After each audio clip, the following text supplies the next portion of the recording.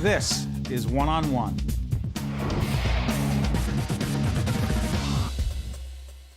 Dr. Walt Guarino, he's a partner in a firm called Practicomm. It is a virtual communications agency, is that true? That's absolutely right. You admit that? Yes, I do. Okay. You have 30 freelancers.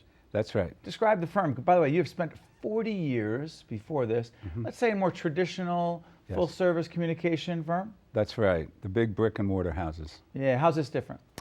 Well, it's a world of difference. I have 3 partners. We are all considered independent practitioners, but we've had a lot of experience together, and we know a lot of the same people who do different kinds of things in our business. So we're able to call upon these people with a good deal of knowledge, and we're able to target our communications in a way that you never could, because, for example, in a large agency, if you want to do an annual report, you get the team that's been doing your retail advertising and your other advertising. They may not really be experts at annual reports, but they get the assignment. When we get a report, an annual report assignment, we get people who really are specialized in annual reports, and we bring them on. So we target the people to the job before the job is targeted to the end user. Do you have that kind of flexibility?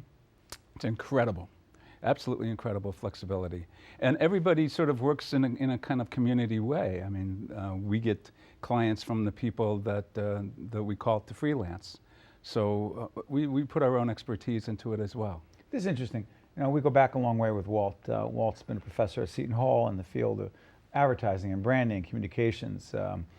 Walt's has been an expert for a long time analyzing Super Bowl commercials. You know, what works, what doesn't work, who just got ripped off because they just got a bad buy. And also, Walt is in fact a board member, a longtime board member of the CAUCUS Educational Corporation, the company that runs this production. And Walt and I have had a lot of conversations about branding and advertising and marketing. 40 years in the business before you made this move. Yeah. And you loved what you did, but something didn't feel right. What was it? The things that really didn't feel right, and I wish I'd realized them about 10 years ago, but it's sort of this freedom and fulfillment kind of feeling that you don't totally get when you have a, quote, boss. To make your own decisions in terms of what you want to do. It's sort of like, you know, there's a great expression that when you get up in the morning and you can do what you like to do, you're a success. Yep. And there's a lot of that kind of esprit and spirit.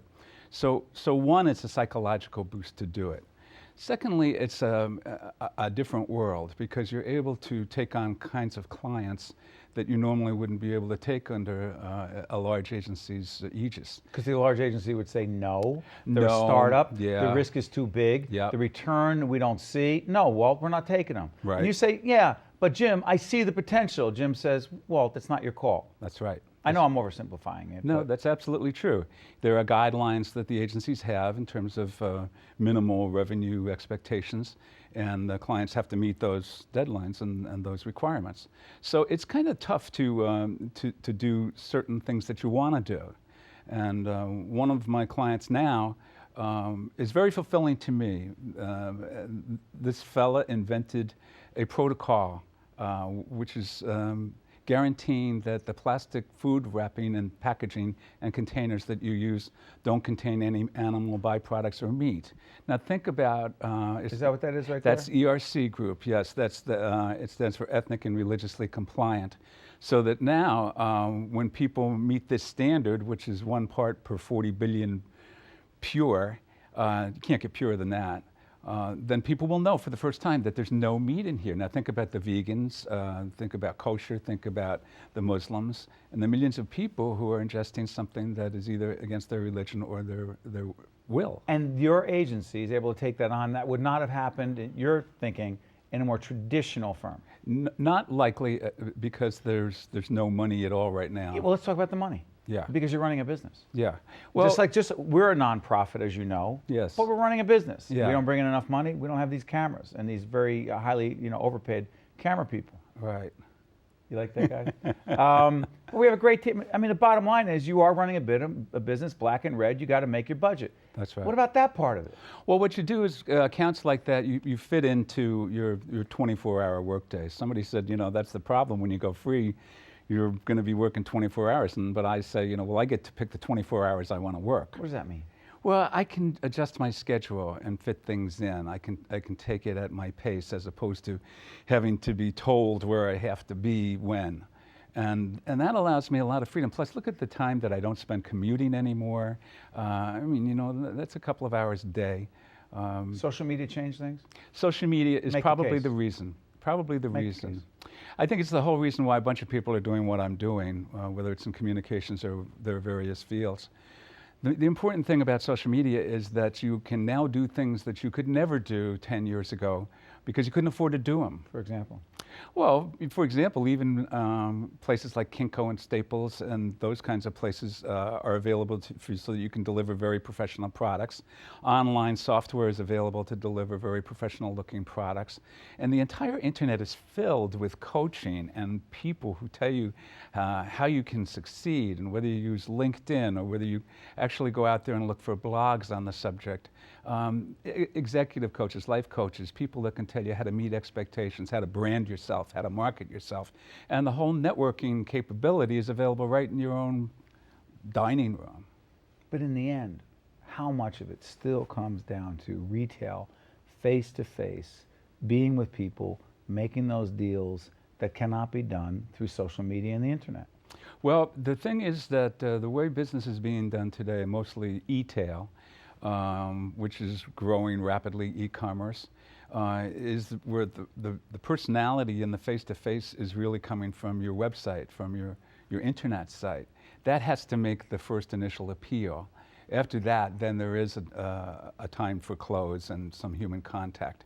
But unless you can do the right things to get people to your website and they can learn about you and take another step, you're not going to succeed anymore. And even the big companies are realizing this.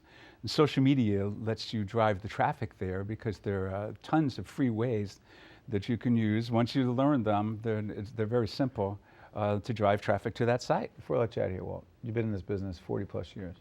Your advice to someone else who says, hey, this is interesting. This guy spent 4 decades and now he's doing it. But I don't think it's right for me.